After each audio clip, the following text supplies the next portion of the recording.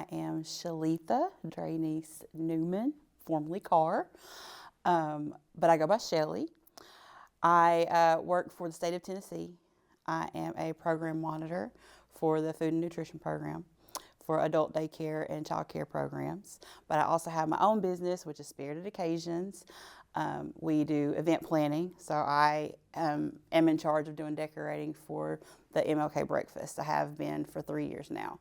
Previously, my mom did it for 15, and she passed the baton to me.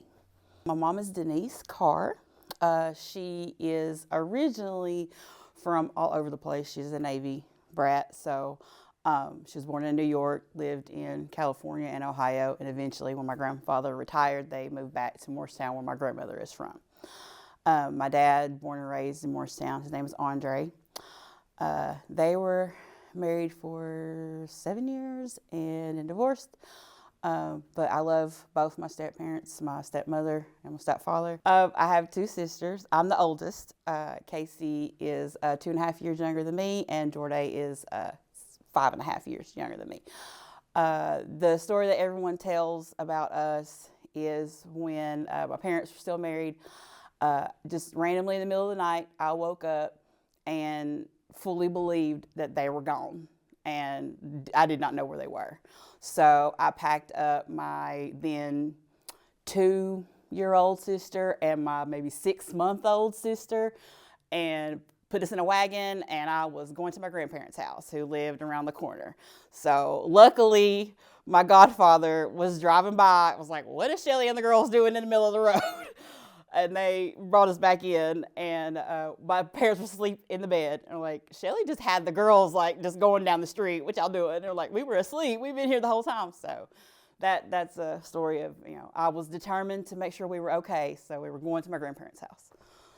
It's the older sister thing, I guess. I was actually born in Knoxville. They thought I was premature, which I was not. So they rushed us over to UT. But I was raised here, Morristown.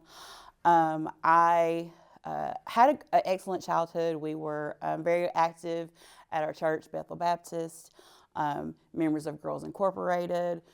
We did Girl Scouts, members of the Boys and Girls Club, and that is where my most formative years happened.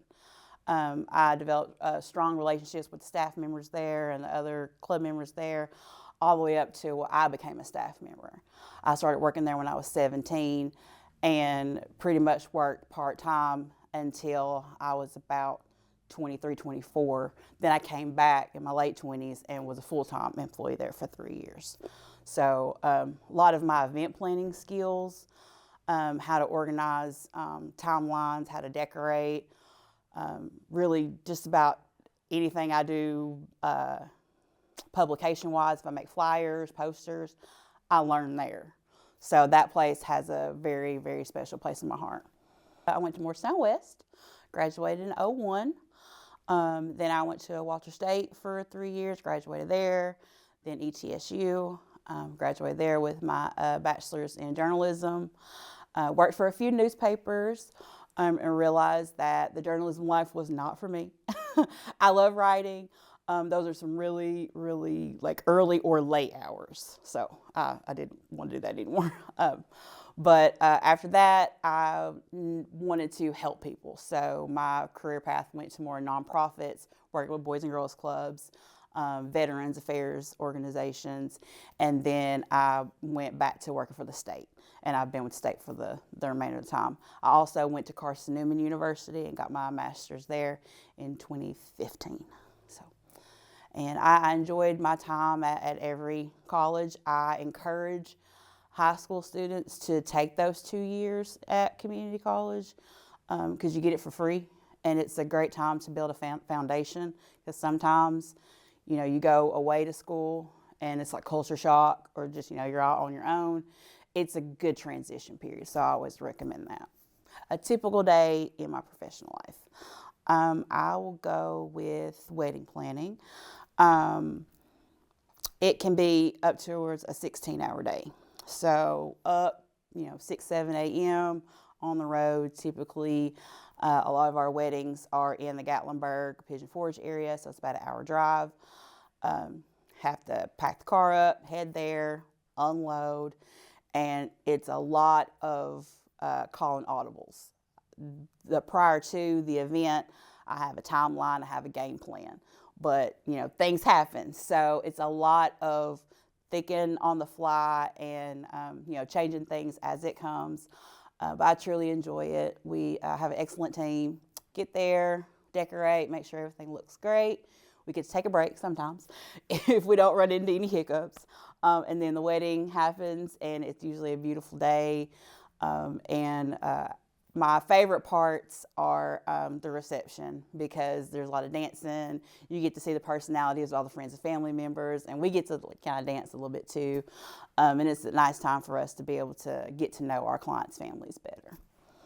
So then there's the cleanup, and then time to go. So we are exhausted by the end of that 16-hour day. If I could have coffee with any historical figure.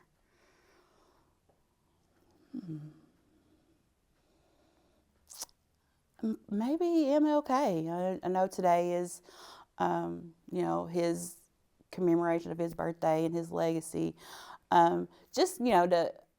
If he could, see what is happening now, would he believe that it was all worth it? And would he, still challenge us to move forward? Because we obviously have a lot more to do.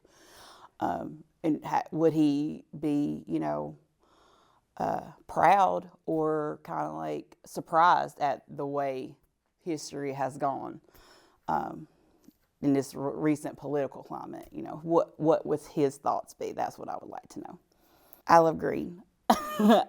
Just about any shade, but not lime green. I think it's vibrant. I think I have a vibrant personality. I think it's cheerful. And I am not an outdoor nature person per se, but I do like being outside, sometimes get fresh air, get sunlight. So kind of the nature vibe in there. Some people maybe say it's about money, but I may be a little bit of a shopaholic, but no, I just love green. Any shade, dark, lighter green. It's always been my favorite. My favorite sports team, college, is definitely Tennessee. So I love the Vols. I occasionally look up to see if they have any online degrees that I would be interested in, so I can finally say that I'm an alumni. So I will do that eventually, but no, I love them. So I try to go to basketball games and football games when I can. My favorite place to visit now is Savannah, Georgia. That's where I got engaged, and we had our first anniversary vacation there as well. I love Tybee Island in that area. I like the historical houses. We stay at a beautiful B&B there. You feel like you're just back in time, and I love it. I would like to eventually see all 50 states, but I really want to go to Australia and the UK. Those are the bucket list places I like to go. When I think about Morristown, what is the first thing that comes to mind? That would be home and family. Just about everybody here is a cousin or a cousin of a cousin or a friend of a family member, so they all know you. I've been other places, not even in Morristown, and a complete stranger was like, "Are you a Snap? Or are you a car? Are you, and I'm like, yes, that's me." So it's our roots run very deep and wide. So that's what Morristown is to me. My favorite thing about Morristown, probably the Boys and Girls Club. The Seals family, they built a very strong foundation there, and they've molded a lot of youth. And I've worked at other Boys and Girls Clubs in different cities in Tennessee, and none of them compare. So they're very special, and they're known nationally about how well they foster youth there. So that's my favorite thing. My least favorite thing is sometimes the city's inability to progress with the times. So we still have a long way to go to get where we need to be. And I'm hoping that, programs and organizations like the task force can help drive that change. How do we instill unity in our community? Conversations, and I think we have to move the average age of an active person from 50, 60, 70 to 40s, 30s. We've got to be younger. And we can't assume because someone is in their 20s or 30s that they don't have anything to say and they don't have any ideas. We have to be willing to communicate and listen to them. And when we do that, I see Morristown thriving. To be able to have younger people in public office, even younger people who are in charge of organizations and events. I hope that that's where we can eventually get to. But I think we've got to communicate with each other, and people of different ethnicities, different religions, sexual orientations, just whatever, just more diversity of thought and of people. That's what we need. Now it'll take us far.